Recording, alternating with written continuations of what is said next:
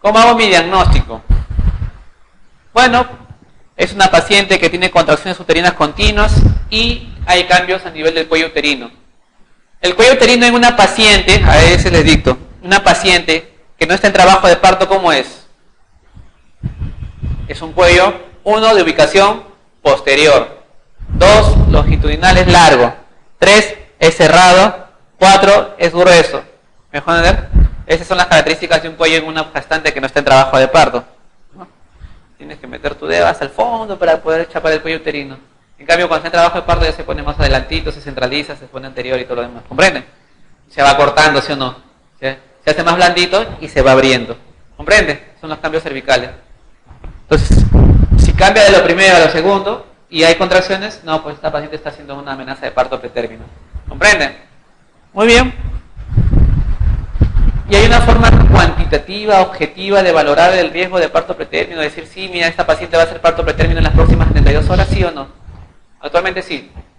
¿Ya? 1, hago mi ecografía transvaginal, no se sorprendan, 32 semanas transvaginal, no para ver al feto, sino para ver el cuello uterino y tomar longitud del cuello uterino. ¿Me dejo entender? Muy bien.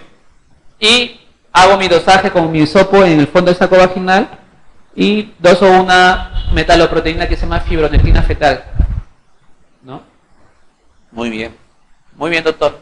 ¿Qué pasa? Si yo tengo una paciente que viene con contracciones, le hago mi ecografía transvaginal y encuentro que la longitud del cuello uterino es menor de 22 milímetros, menor de 22, 25 milímetros, esa paciente tiene alto riesgo de desarrollar un parto pretérmino. ¿Comprenden? Fijo, en los próximos 3 días se viene el bebé. Y tengo que hacer algo por esa paciente, de alguna otra forma. ¿Comprenden? Y si tengo mi fibronectina oncofetal mayor de 50 nanogramos por mililitro, también, pues. ¿Y qué pasaría si yo tengo con contracciones irregulares, por ahí un límite de cambios cervicales, pero encuentro que mi longitud cervical es normal y mi oncofectina es normal? Lo más probable es que no pase nada en 7 días. ¿Entienden? Es una forma objetiva de evitar sobretratamiento. ¿Comprenden? Muy bien. ¿Qué hago? ¿Qué hago con mi paciente que tiene un parto pretérmino? Bueno, si no hay contraindicación, primero ¿qué hago? Trato de prolongar el parto lo más que se pueda. ¿Y para qué, doctor? Porque quiero prolongar el parto lo más que se pueda. 1, imagínense que pues yo estoy donde dice mi serum, en Alice, en Yauyos, en mi puesto de salud de Yauyos, a 3.960 metros sobre el nivel del mar. Ahí no lo va a entender al bebito, pues, ¿no? Entonces, como venirse a la ciudad, a un hospital de nivel grande, le va a pasar a tomar 2 días, entonces le doy su topolítico a ver si aguanta 2 días para llegar al hospital más cercano, no sé si me dejo entender. 1, 2, ¿para qué? Para que puedan ofrecerle al bebé cuidados neonatales de avanzada, ¿me dejo entender?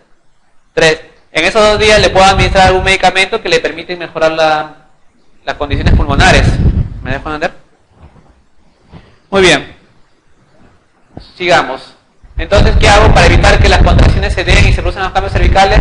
Uso unos fármacos que le llamamos tocolíticos. Vamos a ver cuáles son.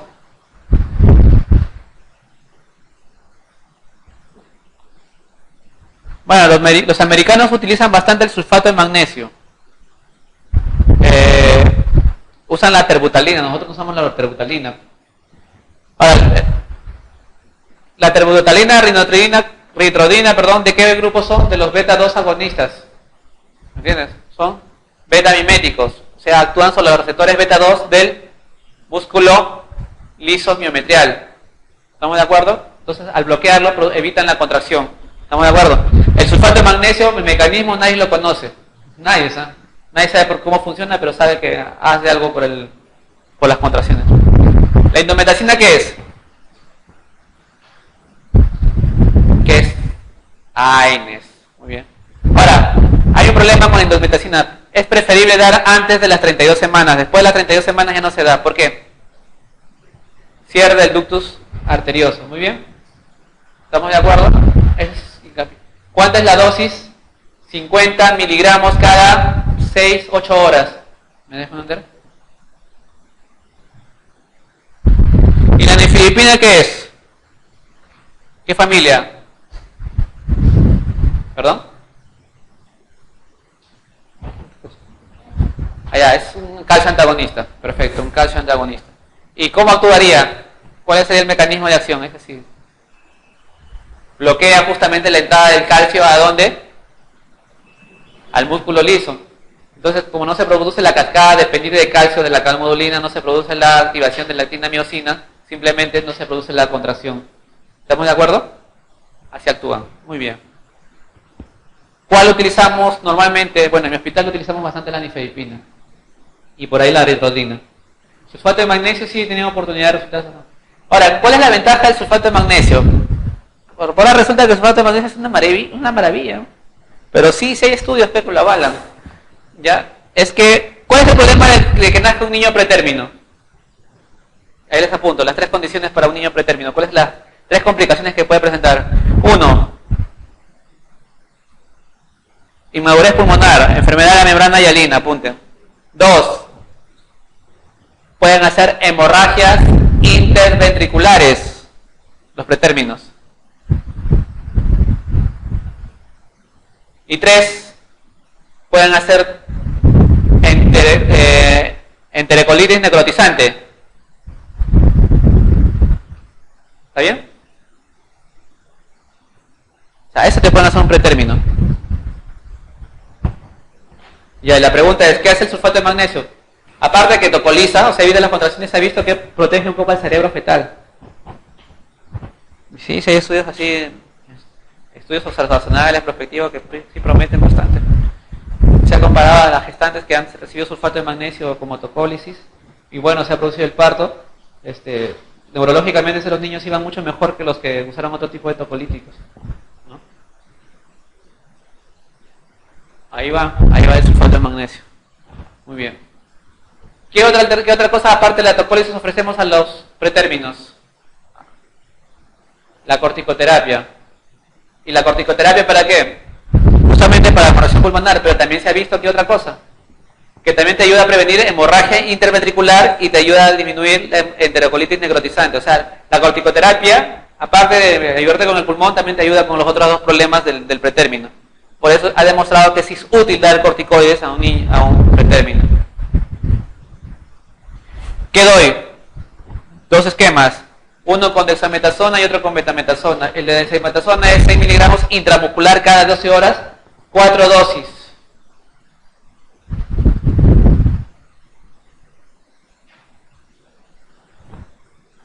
Y el otro es de betametasona, 12 miligramos intramuscular cada 24 horas, 2 dosis. ¿Está bien? La pregunta es, esa ya es pregunta especialista, pero por ahí les lanzo, no voy a hacer que les pregunte.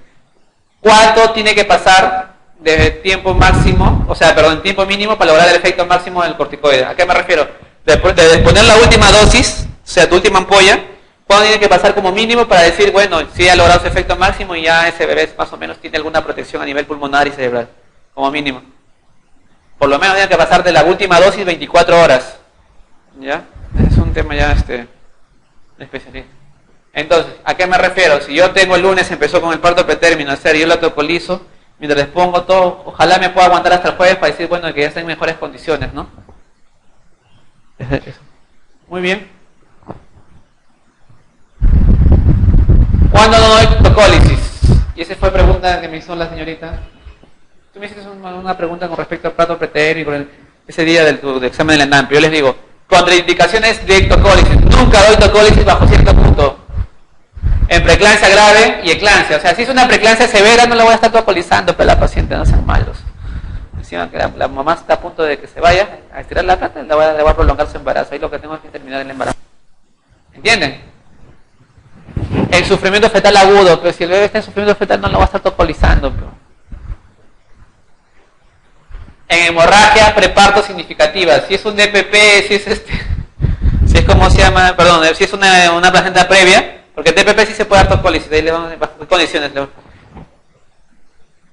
Si hay una infección intraútero, una corionitis, o sea, si tú tienes una gestante, por ejemplo, 32 semanas, ¿no? Con ruptura de membranas, y miren, escuchen bien el concepto, ¿eh?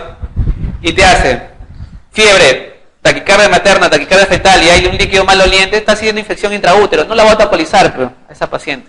Ahí conviene más que se produzca el parto, porque si prolongo más el parto, con esa infección la mamá se me muere y va a ser toda una desgracia. ¿Comprenden? Ya con eso expliqué tu pregunta, ¿no? O sea, con una corionitis nunca tocolices, que el parto se produzca sí o sí. Ahora la pregunta es, en una corionitis, ¿qué conviene? ¿Salir por vía vaginal o por cesárea? Contésteme.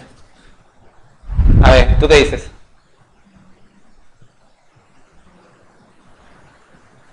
¿Vaginal o cesárea en una corionitis? ¿Vaginal? Sí, vaginal. Si es una paciente, para agregarles un tema más a su conocimiento, si es una paciente que está cefálico, buena pelvis, ¿entiendes? No, el problema es infección intrauterina, pero no hay sufrimiento fetal, ¿me dejo entender? No hay hipertensión, no hay nada, ninguna condición estética, simplemente la corionitis. Se tiene que reducir el parto y lo ideal es que sea por vía vaginal. ¿Por qué? ¿Qué pasa si yo le hago cesárea? Es un útero infectado ya de por sí, ¿entiendes?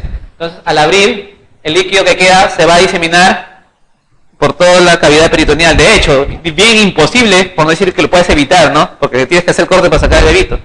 El líquido sale y se va a diseminar toda esa bacteriemia a nivel de la cavidad peritoneal. Entonces, ¿qué riesgo tiene esa paciente?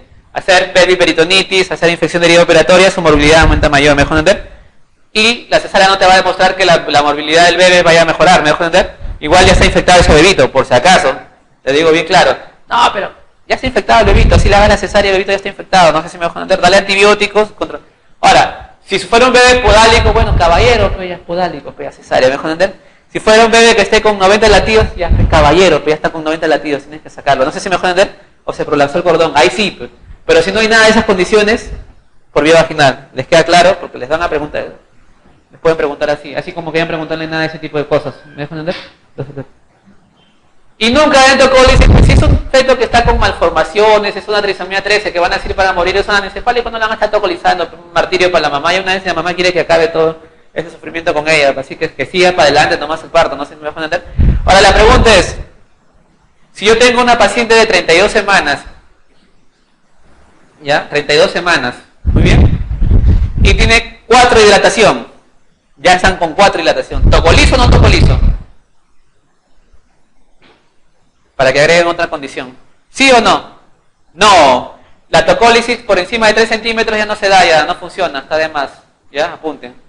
Hasta 3 centímetros. Ya. Otra pregunta. Si tengo una paciente que está con 30 semanas, tiene RPM, o sea, ruptura prematura de membranas. ¿Ya? Pero solamente ruptura prematura de membranas, no hay corionitis, no hay trabajo hay ligeras contracciones, pero no hay signos de infección intrauterina. Está estable, los latidos fetales son buenos, los latidos maternos son buenos, no hay problemas de presión, el hemograma normal, el PCR normal, el líquido es claro. ¿La tocolizo o no la tocolizo? Sí. No confundan RPM con corionitis. Una cosa es que se rompa la bolsa, ¿me dejo entender? Una cosa es que se rompa la bolsa, y otra cosa que se infecta el útero. No sé si me dejo entender. Tú puedes tener la ruptura de la bolsa y para tu buena suerte, como dice Dios es peruano, no se te infectó el útero. ¿Me dejo entender? Sigue siendo claro, bonito, entonces sí la puedes tocalizar. Me dejo entender, te conviene. ¿Comprendes? Claro, es una opción. No, en infusión va cuando es trabajo de parto. Nunca es en infusión si no es trabajo de parto. ¿Me dejo claro en ese sentido? Y cuando es meconial. ¿Entiendes? Muy bien. ¿Les quedó claro ese concepto, no? No confunde, es que muchos piensan que es sinónimo RPM de corionitis, son dos casos distintos. Oye, que el RPM termine en corionitis, sí, puede terminar, sobre todo cuando es tiempo prolongado. ¿Me dejo entender? ¿Les quedó claro ese concepto? O sea, que son conceptos bien finitos, ¿no? Y ya vamos a ver con las preguntitas. Muy bien. Siguiente tema.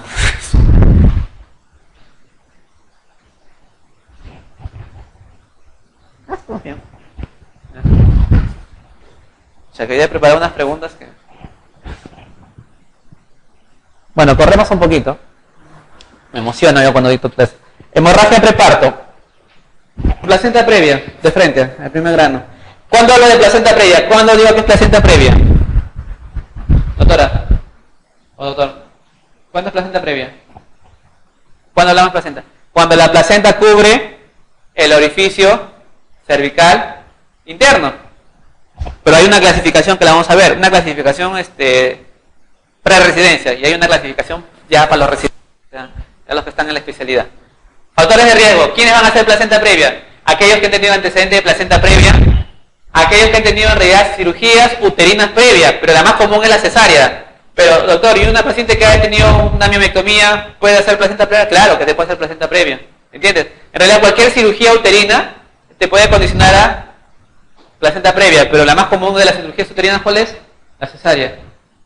La multiparidad, la edad materna avanzada, el tabaquismo, otra vez las morenas metidas en la colada, junto con las chinas. Las morenas y las chinas son bien premiaditas. Son. Y antecedente de haber sufrido legrado. O sea, cuanto más legrados tengas, mayor posibilidad en tu embarazo que lo logres, ¿no? Es de placenta previa. ¿Les quedó claro? ¿Cuál? Next. Muy bien. Y acá está. Miren, este es un petito. Acá está la placentita. Y acá está el orificio cervical. ¿Estamos de acuerdo? Mira, toda la placenta cubre todito el orificio cervical. Esta se llama placenta previa total. Muy bien. Sigamos. Orificio cervical, placenta. No cubre todo, cubre solamente la mitad del orificio cervical. Placenta previa parcial. Hay otro que no está acá en esta lámina, es cuando la placenta está acá en el borde del orificio cervical. ¿Cómo se llama? Marginal. Y esta se llama placenta de inserción baja porque está entre un lapso de 2 a 5 centímetros del orificio cervical. ¿Me dejo entender? Esa es la clasificación para preresidentes. Ahora, la clasificación de residentes es el tipo 1, tipo 2, tipo 3, tipo 4, nada más. ¿En qué consiste? Tipo 1, cuando le dicen a aquella que cubre todo el orificio. Tipo 2, vendría a ser en este caso ¿cómo se llama? La placenta previa, parcial. La 3 vendría a ser la marginal y la 4 ¿cómo se llama? La inserción baja. ¿Cuál se opera sí o sí? Las dos primeras, ¿ya? La tercera y la marginal va a depender de si durante el trabajo de parto no hay sangrado, continúa. ¿Me dejo entender? Esta es una ecografía. ¿Se acuerda que la ley de longitud cervical? Por ejemplo, esta es una ecografía transvaginal y este es el cuello uterino, mira, bonito, dibujadito el cuello. ¿Ya? Y acá está el canal cervical, el canal endocervical, así se ve. Eso es lo que yo mido para ver lo que es longitud cervical, mido esto, ¿entienden? Entonces, esa es la de la distancia. Pero en este caso debemos tomar la ecografía, ¿para qué? Para confirmar o no si la placenta previa está cubriendo o no el óseo. Porque ¿qué pasa? A veces lo hacemos por vía abdominal, pero resulta que la comadre es bien despachada, pero no bien gordita. Entonces, el traductor ya no te permite dar buenas señales, así que mejor entra por vía vaginal. ¿Comprendes? Y tienes una imagen preciosa. Y acá, mira, se ven cómo está la placenta y cómo está justo en el bordecito del orificio cervical. Este vendría a ser una marginal. Pero miren acá, el orificio cervical, todo, y acá está toda la placenta que le da. ¿Qué viene a ser esta? Todo. Una total. ¿Estamos de acuerdo? Esta es una parcial, porque una parte, igual, el canal cervical y una partecita, ¿no? Y esta es también una total, pero por vía abdominal. Esta y esta por vía transvaginal y esta por vía abdominal. Cuadro clínico. La hemorragia vaginal indolora, no dolorosa, rojo rutilante. ¿Cómo hago mi diagnóstico? Bueno, la paciente viene con un cuadro clínico, viene con un sangrado súbito, rojo rutilante, indoloro. Ahí yo tengo mi sospecha y le hago mi exploración ecográfica, ya vi, que puede ser por vía abdominal o por vía transvaginal. ¿Me dejan andar? ¿Comprenden? Tratamiento va a depender de la edad gestacional, el grado de hemorragia vaginal, el estado hemodinámico y la condición del feto. Muy bien, entonces, ¿qué hago? Expectante. ¿Se justifica? ¿Cuándo justifico expectante? O sea, digo, mejor la tenemos reposadita, echadita, hospitalizada y la estamos bloqueando, como quien dice, looking, hora por hora. ¿Cómo hacemos? Se justifica si el feto es pretérmino. O sea, me llega una paciente de 32 semanas con un sangradito. Entonces, bueno, es pretérmino. Y si yo veo que ese sangrado no es cuantioso y no compromete ni al feto ni a la mamá, la puedo tener echadita, observando, para ver que solito pare. Mejor tener reposo absoluto, ¿no? Pero ¿qué tengo que hacer? Justamente, pues, ¿Y por qué hago eso? Porque me conviene más que el feto gane peso por el tema de la malformación pulmonar, la malformación neurológica y el problema intestinal, y la tengo en observación. Pero ¿qué hago? La hospitalizo hasta que sea la hemorragia, hago mi vigilancia fetal continua, le doy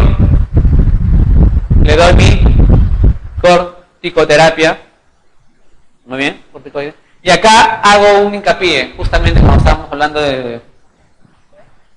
Podemos dar trombolysis si hay pequeñas contracciones en placenta previas. Si no hay compromiso se le puede dar. ¿Y cuál es el de elección? El sulfato de magnesio. ¿Ya? El sulfato de magnesio. ¿Ya? Ese es del MNMS, ese es el concepto del NMS. Ahora, parto. ¿Cuándo puede ser un parto, una cesárea? Obviamente va a ser cesárea, en cambio que parto normal, cesárea.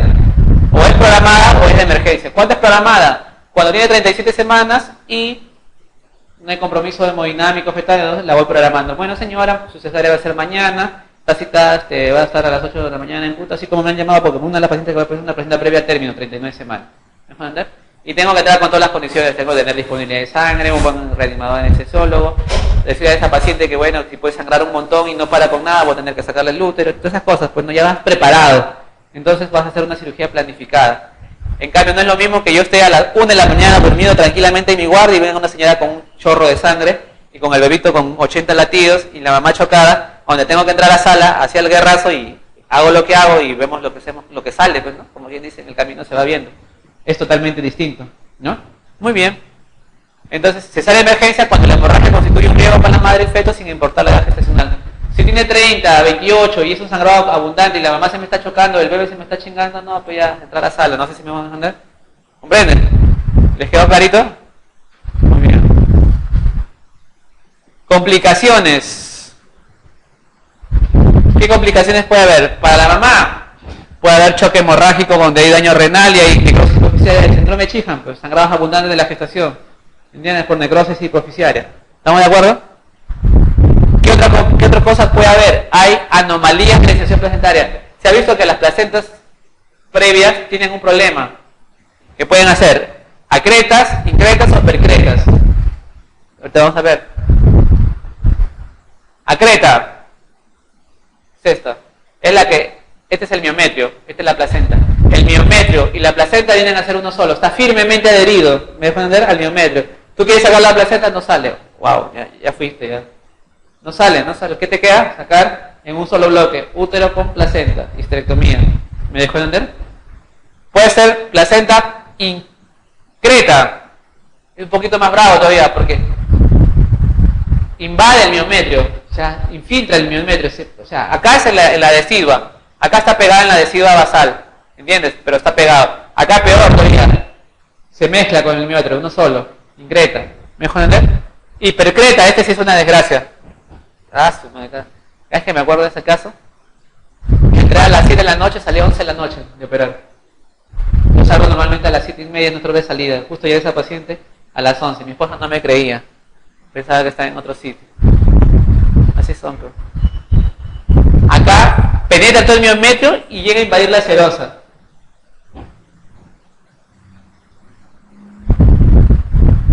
Esta es la decidua normal. Esa es la placenta normal con su decidua y tú retiras la placenta bonito, todo chévere. Es el miometrio. Esta es la creta, donde la decidua se pierde y está adherido uno solo. ¿Cuánto se presenta? 75 o 78% de las anomalías placentarias. La increta viene a ser el 17%, donde ya hay invasión del miometrio, y la percreta traspasa la serosa.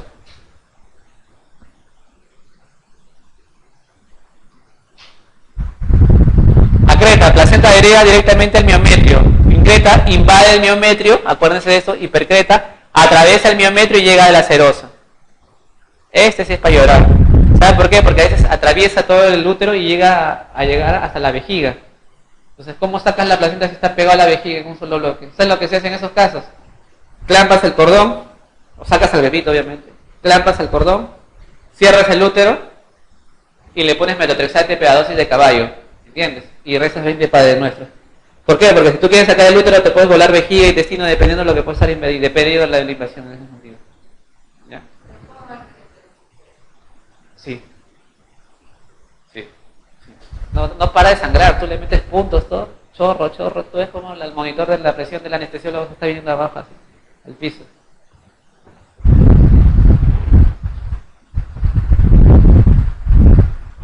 Muy bien. El famoso DPP. Factores de riesgo. Hipertensión materna. Consumo de cocaína. RPM pretérmino. Traumatismo materno. Descompresión súbita. Esa que les gusta bajar en el último mes de su embarazo e irse de acá hasta Japón en avión. Esa es la que les puede pasar eso. ¿Entiendes? O aquella que está con un polidragnios y rompe la fuente y al bajar todo el líquido el útero se colapsa y al colapsarse se puede desprender la placenta. ¿Entiendes? Descompresión súbita. El cigarro, que tengan miomas uterinos, antecedente previo de DPP y que tenga alguna coagulopatía. Miren, esta es una placenta unida, normal, bacán, en el trabajo de parto. Antes que se ponga el trabajo se empieza a desinsertar, todo lo contrario de la placenta previa o de la creta, perdón. Y se forma un coágulo retroplacentario. Eso es lo que te va a dar la tonicidad aumentada. Y dependiendo del tamaño del coágulo, va a ver si hay hipotensión materna o taquicardia materna fetal, me voy a aprender dependiendo. Si es totalmente el desprendimiento del bebé, se muere, ¿entiendes? Se muere, así de simple. Pero si es un desprendimiento parcial, si es 25-50%, el bebé la puede sobrevivir, te da tiempo de entrar a sala. ¿Me dejo entender? Sí les conté el caso de la española que justo previo al momento de viajar al avión se metió su tiro y al final tuvo que llegar a Carrión así de emergencia. Eso se va dependiendo. Cuadro clínico, hemorragia vaginal, rojo vinosa, dolor abdominal y contracción uterina. En realidad, más que contracción, es una hipertonía, tono uterino aumentado. Pero es variable, ¿eh? Este es el cuadro clásico, pero no todos te van a hacer ese cuadro clásico. Hay DPP, donde simplemente te das cuenta que hay... ¿Por qué? Porque la mamá está taquicárdica, el feto está taquicárdico, pero no hay fiebre materna. Entonces, ¿qué está pasando? Pero no hay sangrado adentro. Mejor entender como oculto.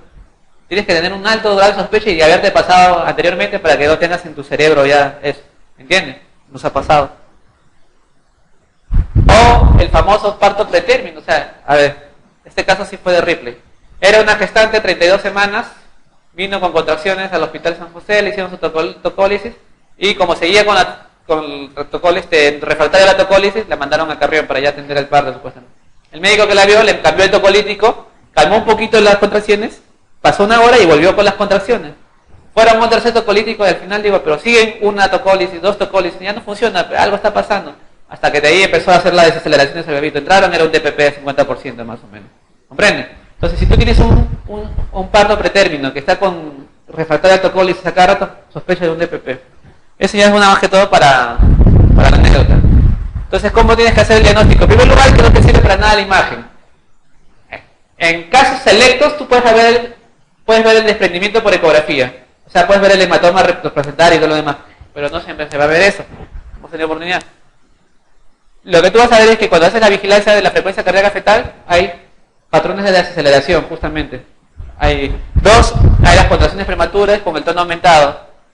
Y puede haber cambios a nivel de la coagulopatía, puede haber disminución del fibrinógeno, puede haber anemia, obviamente, por el sangrado, y puede haber trombocitopenia. Muy bien. ¿Qué hago con mi desprendimiento prematuro de placenta? Bueno, el tratamiento siempre tengo que hospitalizarlo, sí o sí. ¿Puedo diferir el parto o nacimiento inmediato? Va a depender de lo siguiente. Si el estado materno fetal es bueno, no hay descompensación hemodinámica y la tonicidad es un poquito, solo no es tan severa, puedo diferir el parto, puedo esperar, ¿no? Y puedo agregarle citocólisis, igual, sulfato de magnesio. ¿Ya? Evito la eritrodina, evito los AINES. Pero si hay compromiso materno fetal, olvídate, no esperar pues diferir el parto, termino por la vía gestacional. O sea, todo va a depender más que de la vía gestacional, va a depender del estado hemodinámico de la madre y del feto. Muy bien. Otra cosa que es importante, se prefiere a veces dar parto vaginal, pero a veces son piñas, pero son gestantes que no están en dilatación y están con DPP, caballero, cesárea, ¿me dejo entender? Pero si es una paciente que está en 9 dilatación o 8 dilatación y hay signos de DPP, sí puedes darle parto vaginal, o sea, pero pegadita a la paciente tratando de completar la dilatación, no me dejo entender, y puedes darle chance vaginal. Se prefiere, a veces. Va a depender con motivo de la condición materna fetal. Complicaciones, choque hemorrágico. Esto, les pueden preguntar. Coagulopatía por consumo, disminuye el fibrinógeno. insuficiencia renal, útero cuvalier. ¿Saben qué es el útero cuvalier? Lo que pasa es que cuando hay este DPP se forma un hematoma, ¿sí o no? Vamos a ver, vamos a retrocedernos. Acá. Se forma un hematoma, ¿estamos de acuerdo? Cuando el hematoma es más grande, este hematoma empieza a infiltrar las paredes del miometrio. Infiltra, ¿me dejo entender? Y dependiendo de la infiltración, si es una infiltración severa de toda la pared, va a dar un aspecto leñoso. ¿Y cuál es el problema de ese aspecto leñoso? Que después de que tú sacas al bebé no se contrae, ya no se contrae con nada del útero. Caballero, esterectomía. ¿Me dejo entender?